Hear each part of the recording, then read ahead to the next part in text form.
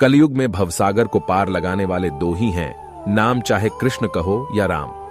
रामदूत हनुमान जी इन दोनों के ही सेवक हैं। ये दो नहीं, असल में एक ही हैं। इस संपूर्ण ब्रह्मांड में उनके आराध्य और आराध्य के भक्तों के सिवाय उन्हें कोई झुका नहीं सकता।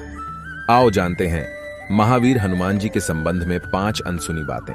पहला, क्यों प्रमुख देव हैं हनुमान? श्री राम की आज्ञा से हनुमान जी एक कल्प तक इस धरती पर रहेंगे। एक कल्प में चारों युग के कई चक्र होते हैं। हनुमान जी 4 कारणों से सभी देवताओं में श्रेष्ठ हैं। पहला कारण यह कि सभी देवताओं के पास अपनी अपनी शक्तियां हैं। जैसे विष्णु के पास लक्ष्मी, महेश के पास पार्वती और ब्रह्मा के पास सरस्वती। हनुमान जी के पास खुद की शक्ति है, वे खुद की शक्ति से संचालित होते हैं। दूसरा कारण यह कि वे इतने शक्तिशाली होने के बावजूद ईश्वर के प्रति पूर्ण समर्पित हैं। तीसरा यह कि वे अपने भक्तों की सहायता तुरंत ही करते हैं।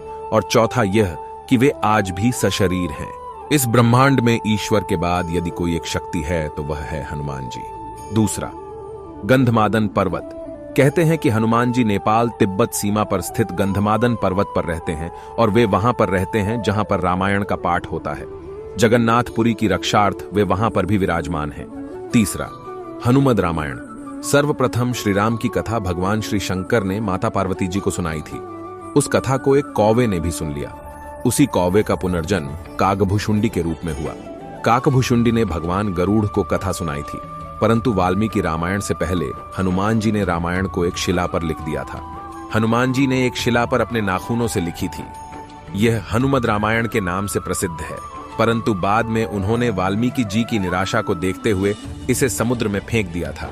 चौथा, हनुमान जी के गुरु मातंग ऋषि के शिष्य थे हनुमान जी।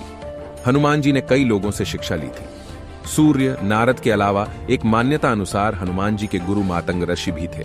मातंग ऋषि शबरी के गुरु भी थे। कहते हैं कि मतंग ऋषि के आश्रम में ही हनुमान जी का जन्म हुआ था। पांचवा, हनुमान जी को जब मिला मृत्युदंड। ऐसी भी कथा है कि भगवान राम जब राज सिंहासन पर विराजमान थे, तब नारद ने हनुमान जी से विश्वामित्र को छोड़कर सभी साधुओं से मिलने के लिए कहा। हनुमान जी ने ऐसा ही किया। तब नारद मुनि विश्वामित्र के पास गए और उन्होंने उन्हें भड़काया।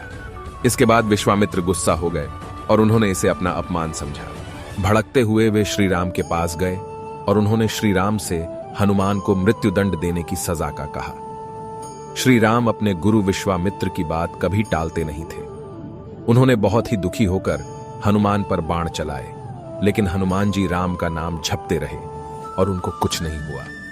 राम को अपने गुरु की आज्ञा का पालन करना ही था, इसीलिए भगवान श्री राम ने हनुमान पर ब्रह्मास्त्र चलाया। लेकिन आश्चर्यजनक रूप से राम नाम का जप कर रहे हनुमान का ब्रह्मास्त्र भी कुछ नहीं बिगाड़ पाया। यह सब देखकर नारद मुनि विश्वामित्र के पास गए और अपनी भूल स्वीकार की।